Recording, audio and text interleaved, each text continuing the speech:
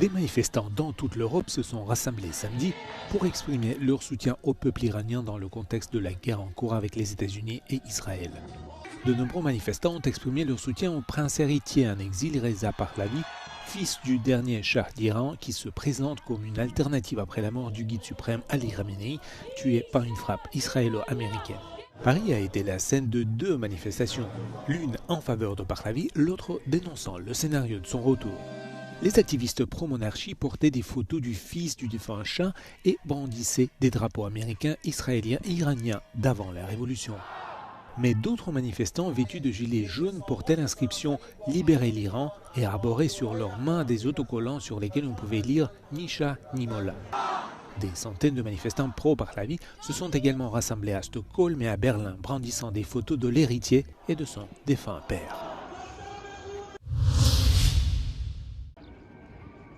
Les pays de l'UE s'organisent pour soutenir Chypre quelques jours après que l'île a été la cible d'une attaque de drones iraniens. Le président français Emmanuel Macron se rend à Nicosie lundi, tandis que l'Italie annonce le déploiement de la frégate Federico Martinengo pour aider à protéger Chypre.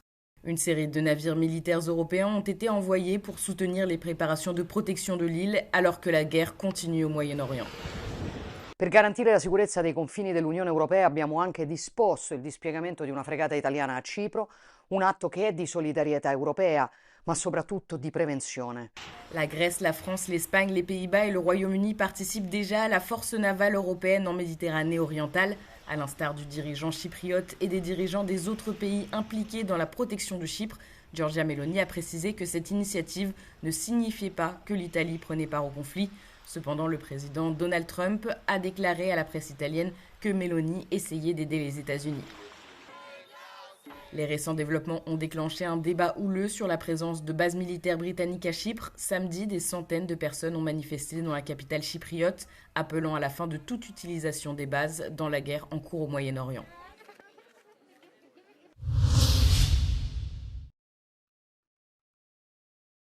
In what could be seen as a first step towards de-escalation, 1 week into the U.S. and Israel's war on Iran, Iranian President Masoud Pezeshkian says neighboring Gulf countries will no longer be targeted.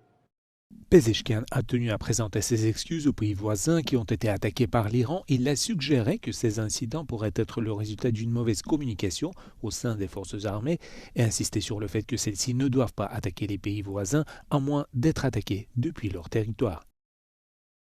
Pezeshkian a ajouté qu'il estimait que la situation devrait être résolue par la voie diplomatique.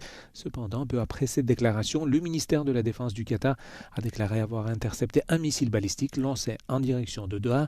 L'aéroport international de Dubaï a également été la cible d'une attaque de drone. Meanwhile, Qatar says it will begin allowing some flights to land again 1 week after its airspace was closed. Qatar Airways says it plans to operate flights to Doha on Sunday from Paris, London, Frankfurt, Rome, Madrid, and Bangkok. Adil Halim, Euronews, Doha. Le ministère libanais de la Santé a déclaré qu'au moins 41 personnes ont été tuées lors d'une opération israélienne dans la ville de Nabishit, dans l'est du Liban, qui a donné lieu à d'intenses frappes aériennes suivies d'affrontements avec des combattants du Hezbollah. Plus tard dans la journée de samedi, le ministère a annoncé que 6 autres personnes, dont 4 enfants, avaient été tuées lors d'une autre frappe israélienne sur la ville de Shmista, également dans l'est. Israël a intensifié récemment ses attaques contre le Hezbollah après que le groupe militant a tiré des missiles sur Israël pour venger la mort du guide suprême iranien Ali Khamenei. אני רוצה להעביר כאן מסר לנשיא לבנון האו"ם. לבנון היא לא מהאו"ם. אתה התחייבת ואתם התחייבתם לקיים את ההסכם ולפרוק את החיזבאללה מנשקו. והדברים האלה לא קורים. וכרגע אנחנו לא נאפשר פגיעה ביישובים שלנו. לא נאפשר פגיעה בחיילים שלנו, ואם הדברים עומדים ויעמדו אחד מול השני, מי שישלם את מלוא המחיר זה ממשלת לבנון ולבנון כולה. L'armée israélienne a déclaré avoir mené cette opération au Liban afin de recueillir des informations sur le pilote Ron Arad, mais n'avoir trouvé aucune trace du navigateur porté disparu depuis 1986.